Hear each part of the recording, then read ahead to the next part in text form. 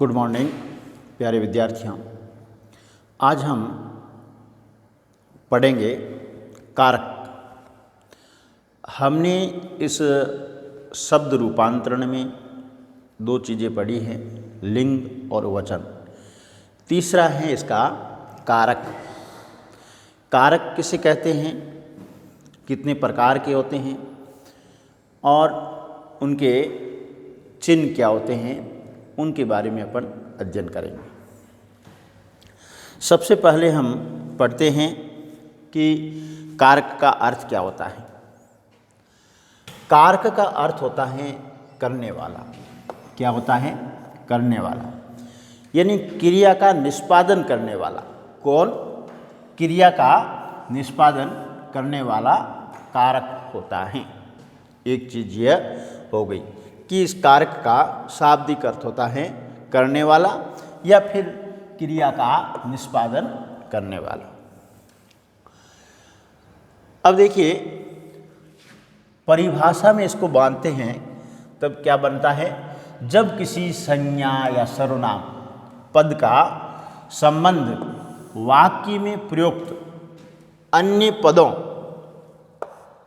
एवं क्रिया के साथ जाना जाता है, उसे कारक कहते हैं। क्या परिभाषा है? जब किसी संज्ञा या सर्वनाम पद का संबंध वाक्य में प्रयुक्त अन्य पदों व क्रिया के साथ जाना जाता है, उसको अपन कारक कहते हैं। कारक के साथ में एक विभक्ति भी होती है।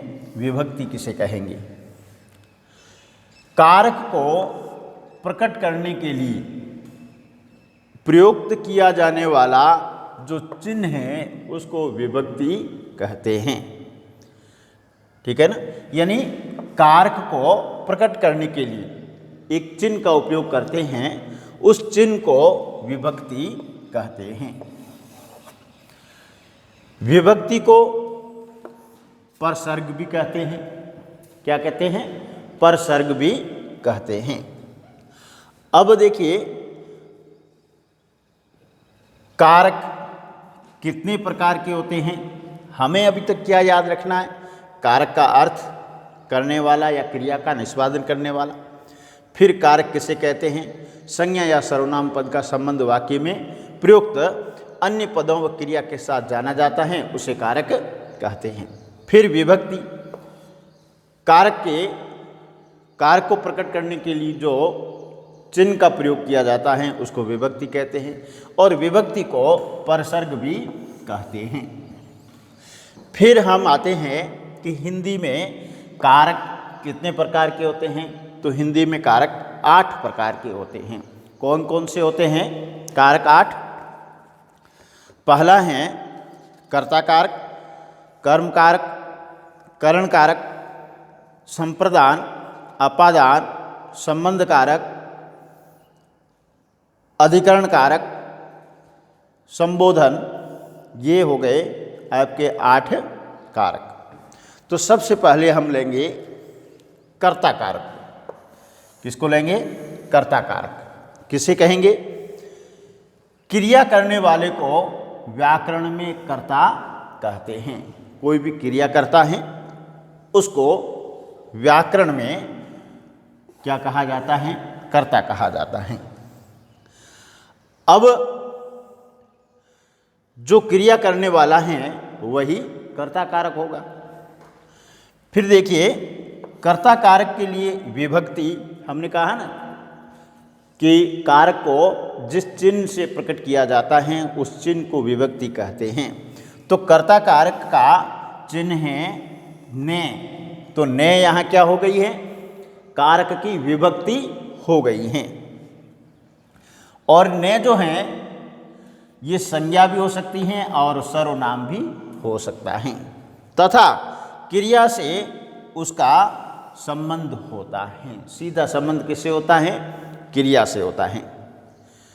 फिर देखिए, इस ने का या कारक विभक्ति का प्रयोग जो है वह सकर्मक क्रिया के साथ ही होता है, अकर्मक के साथ में नहीं। सकर्मक में भी वह कौन सी होनी चाहिए? भूतकाल की क्रिया होनी चाहिए, तभी जाकर के वह ने का प्रयोग होगा सकर्मक क्रिया में। यहाँ हमने उदाहरण लिए हैं, राधा ने नृत्य किया। हमने क्या लगाया है? कारक विभक्ति लगाई है ने, तो यहाँ पर कारक विभक्ति आ गई है और क्या कर रही है? नृत्य किया है। किया है इसका मतलब भूतकाल हो गया। और दूसरा उदाहरण लिया है, श्याम ने पत्र लिखा। यह भी क्या हो गया? भूतकाल हो गया। इसमें कारक विभक्ति आ गई, कर्ता भी आ गया। और यह राधा ने नृत्य किया, श्याम ने पत्र लिखा, यह जो है कौन सा हो गया? कर्ता कारक का उदाहरण हो गया। ये कर्ता हो गई। दूसरा जो हमारा है इसमें वह है कर्म कारक।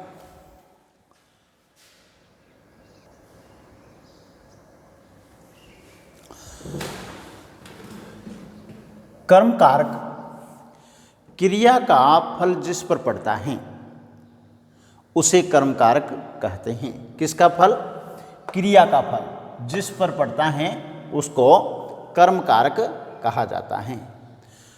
और इस कर्म कारक का विभक्ति चिन्ह जो है वह है को। क्या है? कर्ता ने कर्म को, इसका क्या हो गया है? को हो गया विभक्ति चिन्ह। अब देखिए, को विभक्ति चिन्ह का प्रयोग केवल सजीव कर्म कारक के साथ ही होता है, निर्जीव के साथ में नहीं। किसके साथ में होगा को का प्रयोग? सजीव कर्म के साथ, निर्जीव कर्म के साथ में नहीं होगा। जैसे यहाँ पर अपन ने उदाहरण लिए, राधा ने नौकर को बुलाया, तो सजीव क्रिया है, राधा ने नौकर को बुलाया। मीना ने गीता को पुस्तक दी, तो ये दोनों ही सजीव चीज़ें हैं। अब देखिए, स्वाति कॉलेज जा रही है। अब यहाँ जो है कॉलेज हैं वह निर्जीव हैं, तब यहाँ पर किसका प्रयोग नहीं हुआ? को का प्रयोग नहीं हुआ। वह पत्र लिखता है, तो यहाँ पर भी पत्र जो हैं वह निर्जीव हैं, इसलिए यहाँ को का प्रयोग नहीं हुआ है। तो यहाँ पर देखिए ऐसी चीज़ें। फिर देखिए, इसमें आज्ञा सूचक शब्दों में निर्जीव के लिए भी विभक्ति का प्रयोग होता है। कैसे होने चाहिए शब्द? आज्ञा सूचक शब्द होने चाहिए। उसमें निर्जीव के साथ में भी क्या होता है? को विभक्ति का प्रयोग किया जाता है। पुस्तक को मत फाड़ो, यानी पुस्तक जो है आज्ञा सूचक हैं, इसलिए यहाँ को विभक्ति का प्रयोग हुआ है। कुर्सी को मत तोड़ो, यानी यहाँ पद विशेष से हैं, इसलिए को का प्रयोग हुआ है। कुछ स्वाभाविक क्रियाएं होती हैं, उनके साथ में को का प्रयोग होता है। जैसे उसको प्यास लगी है, राम को बुखार हो रहा है। ये क्या है? स्वाभाविक क्रियाएं हैं जिसके साथ में को का प्रयोग किया जाता है। तो हमें यहाँ ध्यान रखना है, कर्म कारक किसे कहते हैं? क्रिया का फल जिस पर पड़ता है उसे हम कर्म कारक कहते हैं। इसकी विभक्ति को होती है और को का लोप हो जाता है। फिर ये है, को का प्रयोग जो है वह हमेशा सजीव कर्म कारक के साथ में होता है, निर्जीव के साथ में नहीं। इसके हमने उदाहरण कर लिए। और यदि कोई आज्ञा सूचक शब्द हैं तो उसमें निर्जीव के लिए भी विभक्ति का प्रयोग हुआ है। पुस्तक को मत फाड़ो, आज्ञा दे रहा है पुस्तक को मत फाड़ो, और कुर्सी को मत तोड़ो, ये भी आज्ञा सूचक हैं। फिर हैं स्वाभाविक क्रियाओं के साथ में को का प्रयोग होता है। उसको प्यास लगी है, राम को बुखार हो रहा है आदि। तीसरा हमारा कारक है करण कारक। करण कारक का शाब्दिक अर्थ होता है साधन। क्या होता है? साधन। अब क्या है साधन? वाक्य में कर्ता जिस साधन या माध्यम से क्रिया करता है, यानी कर्ता जो है जिस साधन या माध्यम के द्वारा क्रिया करता है अथवा क्रिया के साधन को करण कारक कहते हैं। क्रिया करने का जो साधन है, माध्यम है, उसी को अपन क्या कहते हैं, करण कारक कहते हैं।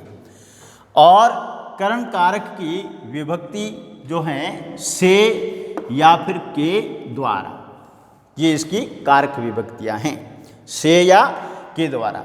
यहाँ देखिए उदाहरण लिखा है, मैं कलम से लिखता हूँ, तो यहाँ कारक विभक्ति कौन सी आई, से आई। से आई इसका मतलब है ये करण कारक है। फिर सानिया बैट से खेलती हैं, यहाँ पर भी क्या है, से का प्रयोग हुआ है और यहाँ पर भी करण कारक हैं। प्रिया पेंसिल से चित्र बनाती हैं, साधन क्या है इसका, पेंसिल, और से वो चित्र बना रही हैं। बैट साधन है, कलम साधन है। फिर देखिए को द्वारा, मुझे दूरभाष द्वारा सूचना प्राप्त हुई, किसके द्वारा, दूरभाष के द्वारा, तो यहाँ दूरभाष द्वारा। फिर उसे डाकी के द्वारा पत्र प्राप्त हुआ, ध्यान से अध्ययन करो, ये भी क्या है, आज्ञासूचक शब्द हैं। वहाँ पर इस प्रकार से आज्ञासूचक होता है, तो वहाँ से का प्रयोग किया जाता है, करण कारक होता है। अब देखिए जहाँ सीख मिलती है वहाँ भी करण कारक होता है। मेहनत से अच्छे अंक मिलते हैं, ये सीख है, जो मेहनत करेगा उसको अच्छे अंक प्राप्त होंगे। फिर रीति यानी किस तरीके से, भिखारी क्रम से बैठे हैं, एक रीति है कि भिखारी किस प्रकार से बैठे हैं, तो वह क्रमबद्ध रूप से बैठे हैं, तो यहाँ पर भी से का प्रयोग होता है और करण कारक हैं। जब कभी गुण या स्थिति का हमें कोई वाक्य बोध कराए तब करण कारक होता है। राम हृदय से ही दयालु हैं, यानी यह किसकी स्थिति, राम के गुण की स्थिति बता रहे हैं कि राम जो हैं हृदय से ही बड़े दयालु प्रवृत्ति के हैं। दूसरा, वह स्वभाव से ही कंजूस हैं, ये उसकी कंजूसी का गुण है। फिर देखिए कभी कभी हम मूल्य आंकते हैं, उसमें भी से का प्रयोग किया जाता है। सेब किस भाव से दे रहे हो, क्या कहा है, सेब किस भाव से दे रहे हो, तो यहाँ जब अपन मूल्य पूछते हैं तब करण कारक का प्रयोग करते हैं। किसी चीज में कमी दिखानी हो, तुलना करनी हो, कमी दिखानी हो, तब हम से का प्रयोग करते हैं। जैसे बुखार से बहुत कमजोर हो गया, यानी यहाँ पर उसकी बलिष्ठता को कम कर रहे हैं, तो ये कह रहे बुखार से बहुत कमजोर हो गया, वह अक्ल से पैदल हैं या अंधा हैं, तो यहाँ पर भी कमी। प्रार्थना करते हैं, निवेदन करते हैं, तब भी हम से का करण कारक का प्रयोग करते हैं। जैसे ईश्वर से सद्बुद्धि मांगे, तब यहाँ पर से करण कारक का प्रयोग होता है। तो हमने यहाँ पर करण कारक को पढ़ा है, जिसमें करण कारक का शाब्दिक अर्थ हमने कर लिया है साधन, और फिर करण कारक किसे कहते हैं वह चीज़ पढ़ी है। वाक्य में कर्ता जिस साधन या माध्यम से क्रिया करता है अथवा क्रिया के साधन को ही हम करण कारक कहते हैं। करण कारक की विभक्ति से या के द्वारा होती हैं। फिर इसके उदाहरण हमने ले दिए 2-4 उदाहरण करके, जिसमें हमने सबसे पहले मैं कलम से लिखता हूँ, सानिया बैट से खेलती है, प्रिया जो हैं पेंसिल से चित्र बनाती हैं, फिर के द्वारा का उदाहरण हो गया। उसके बाद में आज्ञाजनित वाक्य हमने ले लिए, जिसमें ध्यान से अध्ययन करो, स्कूटर से नहीं साइकिल से स्कूल जाना चाहिए, ये सब चीज़ें। फिर सीख वाले ले लिए, रीति वाले ले लिए, गुण या स्थिति को बताने वाले वाक्य हमने कर लिए, मूल्यों को बताने वाले हमने कर लिए, और प्रार्थना और निवेदन वाले वाक्य हमने कर लिए हैं। इस प्रकार से ये हमारा करण कारक जो हैं वह पूरा होता है। चौथा कारक हैं संप्रदान कारक। सम प्लस प्रदान, का अर्थ है देना। क्या अर्थ है? देना, प्रदान करना। अब देखिए किस रूप में ये प्रयुक्त होता है। वाक्य में कर्ता जिसे देता है, कौन? कर्ता जिसे देता है अथवा जिसके लिए क्रिया करता है। दोनों चीज़ें हो गई, या तो जिसे देता है या फिर जिसके लिए कर्ता क्रिया करता है, उसे संप्रदान कारक कहते हैं। देखिए कर्ता यानी स्वतः स्वयं को हटाकर दूसरे के लिए दे देता है, वहाँ संप्रदान कारक होता है। अपने को हटा करके किसी अन्य के लिए कुछ देता है, उसके लिए यह संप्रदान कारक का प्रयोग किया जाता है। अब देखिए इसमें कारक विभक्ति हैं के लिए या को। क्या है? के लिए या फिर को, ये इसकी कारक विभक्ति हैं। कहाँ कैसे प्रयोग किया जाता है? जैसे के वास्ते, के निमित्त या के हेतु भी इसे कह सकते हैं। के वास्ते, के निमित्त या के हेतु, यानी कर्ता जो हैं वह किस लिए अपने आप को हटा करके दूसरे के लिए कुछ देता है, उसको अपन संप्रदान कारक कहते हैं। और इसमें कारक विभक्ति हैं के लिए या को का प्रयोग होता है। देखिए सैनिकों ने देश की रक्षा के लिए बलिदान दिए। किसके निमित्त बलिदान दिए? अपने आप को हटा दिया और देश के लिए उन्होंने अपने प्राणों की बलि दे दी। तो यहाँ देश के निमित्त इन्होंने बलिदान दिया है, अपने आप को, स्वतः को यहाँ से हटा दिए हैं। तो यहाँ सैनिकों ने देश की रक्षा के लिए बलिदान दिया। लोगों ने बाढ़ पीड़ितों के लिए दान दिया। लोगों ने अपने आप को छोड़ दिया, लेकिन बाढ़ से जो पीड़ित थे उनके निमित्त क्या किया है? दान दिया है। फिर देखिए राजा ने गरीबों को कंबल दिया। यहाँ भी राजा ने गरीबों को कंबल दिया, यानी अपने निमित्त नहीं, गरीबों के निमित्त कार्य किया है। पुलिस ने चोर को दंड दिया। किसने? पुलिस ने चोर को दंड दिया। किसके लिए? अन्य के लिए। तो यहाँ के लिए का प्रयोग होता है और को विभक्ति का भी प्रयोग होता है। किसमें? संप्रदान कारक में, जिसका अर्थ होता है देना। और यह क्या किसके लिए होता है? के वास्ते, के निमित्त, के हेतु के लिए यह कार्य करता है। पांचवा जो कारक हैं वह है अपादान कारक। अपादान कारक का अर्थ है सीधा सा कि पृथक होना, अलग होना, पृथक होना। देखिए संज्ञा या सर्वनाम के जिस रूप से एक वस्तु या व्यक्ति का दूसरी वस्तु या व्यक्ति से अलग होने या तुलना करने का जो भाव है, वहाँ अपादान कारक विभक्ति कारक होता है। और इसकी कारक विभक्ति क्या है? से। कहने का सीधा अर्थ है संज्ञा या सर्वनाम के जिस रूप से एक वस्तु या एक व्यक्ति दूसरी वस्तु या दूसरे व्यक्ति से अलग होने का भाव जहाँ प्रकट होता है, वहाँ पर ये अपादान कारक होता है। यानी एक वस्तु से अलग हो जाए, एक व्यक्ति दूसरे व्यक्ति से अलग हो जाए, इस प्रकार से अलग या पृथक होने का जो भाव है वही अपादान कारक होता है। और इसकी कारक विभक्ति जो है वह से है।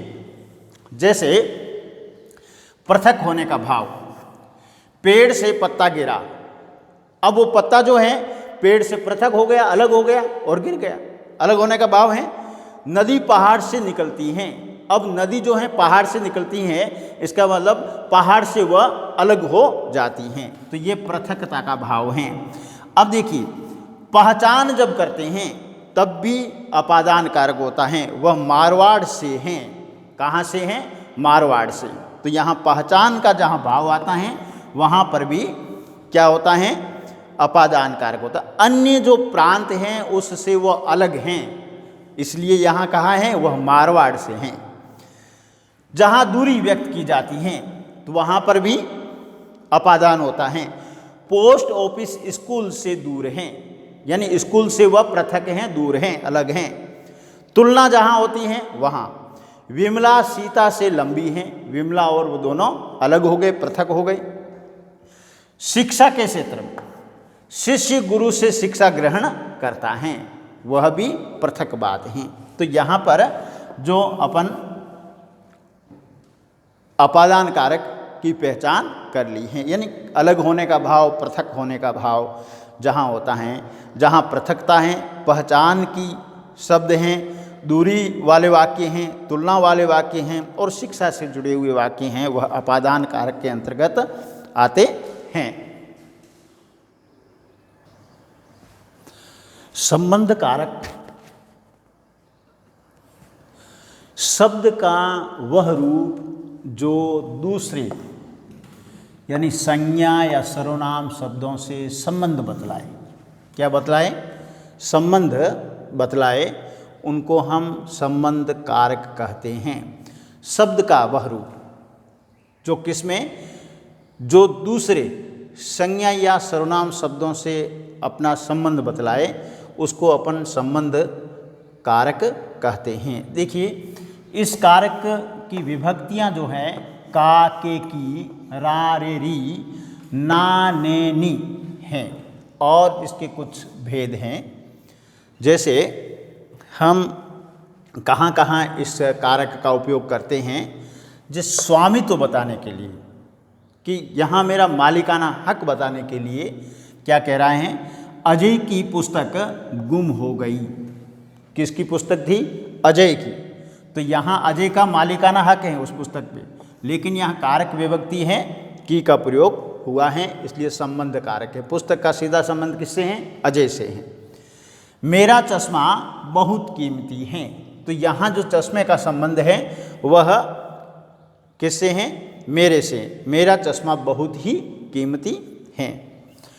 जहाँ स्वामित्व हो वहाँ पर संबंध कारक होता है। यहाँ जो है मेरा संबंध सीधा चश्मे से है। फिर रिश्ता बताते हैं, विजय अजय का भाई है, तो यहाँ दोनों में रिश्ता स्थापित हो गया। फिर कहीं कहीं हम अवस्था बताते हैं, ऐसे वाक्य हो वहाँ भी संबंध कारक होता है। मेरी उम्र 50 वर्ष की है, यहाँ उसकी उम्र का संबंध बताया है। यह युवक 30 वर्ष का है, यहाँ उस युवक की अवस्था या उम्र बताई है। फिर कोटि या धातु जो होते हैं, वहाँ पर भी धातु व कोटि वाले वाक्य बने हुए होते हैं, वहाँ पर भी संबंध कारक होता है। 5 मिट्टी के घड़े लाओ, तो यहाँ 5 मिट्टी के घड़े ले आना है, संबंध है। फिर मेरी साड़ी सिल्क की है। फिर ऐसे शब्द वाक्य जो प्रश्नवाचक हो, तो वहाँ पर भी क्या होते हैं? संबंध होता है। 5वीं कक्षा के कितने छात्र हैं, यानी यहाँ 5वीं कक्षा का संबंध उन छात्रों से है, तो यहाँ पर प्रश्न पूछा है तब संबंध कारक होगा। आपके कितनी संतान हैं, तब यहाँ पर भी संबंध कारक होगा। तो इस प्रकार से हम संबंध कारक को पहचान सकते हैं। कारक विभक्ति का, के, की, रा, रे, री, ना, ने, नी ये हैं। फिर जो हैं स्वामित्व वाले वाक्य, रिश्ते वाले वाक्य, अवस्था को स्थापित करने वाले वाक्य, कोटि या धातु से संबंधित वाक्य या प्रश्न वाले वाक्य जो हैं वह संबंध कारक के अंतर्गत आते हैं। दूसरा हमारा कारक है अधिकरण कारक। वाक्य में प्रयुक्त संज्ञा या सर्वनाम के जिस रूप से क्रिया के आधार का बोध होता हो उसे अधिकरण कारक कहते हैं। क्या है? वाक्य में प्रयुक्त संज्ञा सर्वनाम के जिस रूप से क्रिया के आधार का बोध हो वहाँ अधिकरण कारक होता है। देखिए, अधिकरण कारक की विभक्तियाँ हैं मैं या पर। 2 विभक्तियाँ हैं, मैं या पर। अब देखिए, मैं का अर्थ होता है अंदर या भीतर, अंदर या भीतर, और पर का अर्थ उन्होंने लिया है ऊपर। अपन यहाँ 1-2 वाक्य करेंगे, समझ में आ जाएगा। इस मंदिर में कई मूर्तियां हैं, तो यहाँ जो है मैं का अर्थ क्या है? अंदर का भाव है। फिर उस कप में चाय है, यानी यहाँ पर भी मैं जो हैं चाय किसके अंदर हैं, कप के अंदर हैं। तो इस प्रकार के वाक्य जहाँ हो वहाँ मैं का उपयोग किया जाता है। अब देखिए मैं का प्रयोग जो है मध्य या बीच के रूप में भी किया जाता है। जैसे राम और श्याम में गहरी दोस्ती है, इन दोनों के संबंध को स्थापित करने के लिए और उनके अंदर की दोस्ती बताने के लिए मैं का प्रयोग किया जाता है। फिर पर का उपयोग मेज पर पुस्तक रखी है, मेज के ऊपर पुस्तक रखी है। पेड़ पर चिड़िया बैठी है, पेड़ के ऊपर चिड़िया बैठी है, यहाँ ऊपर से तात्पर्य है। तो इस प्रकार से हमने अधिकरण कारक को पहचानने की कोशिश की। इसके बाद में अधिकरण में ही जैसे निश्चित समय बताना हो तब भी हम अधिकरण कारक का प्रयोग करते हैं। जैसे परीक्षा समाप्ति की घंटी 3 बजने पर लगेगी, समय बता रहा है कि परीक्षा समाप्ति की घंटी जो है वह 3 बजने पर लगेगी।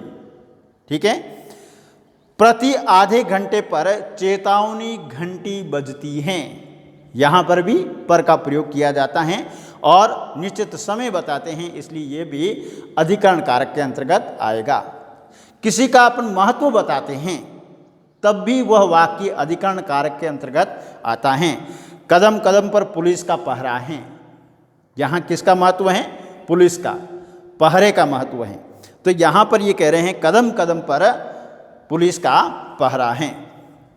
बहुत से सैनिक सीमा पर तैनात हैं। ठीक है, और फिर कभी कभी हम ऐसे वाक्य बनाते हैं जिसमें जल्दबाजी बतलानी पड़ती हैं, तो वहाँ पर भी अधिकरण कारक का प्रयोग करते हैं। वह तो घोड़े पर सवार होकर आता है, यानी वहाँ जल्दबाजी है और वह घोड़े का उपयोग करता है, घोड़े पर सवार होकर के आता है। ये था हमारा अधिकरण कारक। संबोधन कारक। संबोधन कारक के अंतर्गत वाक्य में जब किसी संज्ञा को पुकारा जाए अथवा संबोधित किया जाए उसे संबोधन कारक कहते हैं। इसकी कारक विभक्तियाँ हे, ओ, अरे ये हैं। हम देखते हैं यहाँ वाक्य, हे भगवान कैसा जमाना आ गया। ये क्या है, संबोधित कर रहे हैं। किसको किया, भगवान को संबोधित किया।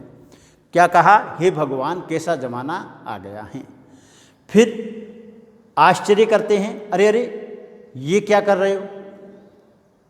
फिर हम वहाँ से बुलवाते हैं, आवाज़ लगाते, ओ खिलौने वाले बतलाना कैसे खिलौने लाए हो, इस प्रकार से। फिर ओ भाई कहाँ भागे जा रहे हो। ऐसे जब चिन्ह आते हैं, वाक्य आते हैं, तब हम उस वाक्य को संबोधन कारक के अंतर्गत रखते हैं। अब देखिए इन सभी में कुछ अंतर होता है। कर्म कारक और संप्रदान कारक में अंतर है। कर्म कारक में को का प्रभाव कर्म पर पड़ता है और संप्रदान कारक में को विभक्ति से कर्म को कुछ प्राप्त होता है। वहाँ प्रभाव है तो वहाँ कुछ प्राप्त हो रहा है। फिर इसी प्रकार से कर्म कारक में को विभक्ति का फल कर्म पर पड़ता है, पर संप्रदान कारक में को विभक्ति कर्ता द्वारा देने का भाव होता है। यह कर्म और संप्रदान में अंतर है। एक में देने का भाव है, एक में कर्म पर फल पड़ता है। करण कारक और अपादान में अंतर है। करण कारक में से क्रिया का साधन है, जबकि अपादान में से अलग होने का भाव है।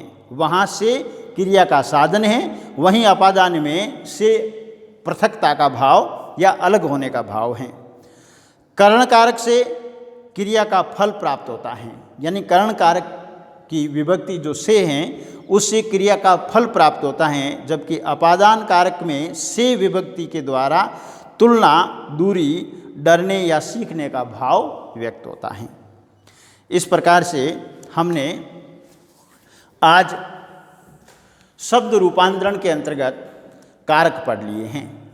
आपको हमारा यह विश्लेषण कैसा लगा? आप हमारे इस YouTube चैनल को सब्सक्राइब कीजिए, कमेंट कीजिए, लाइक कीजिए और शेयर कीजिए। धन्यवाद।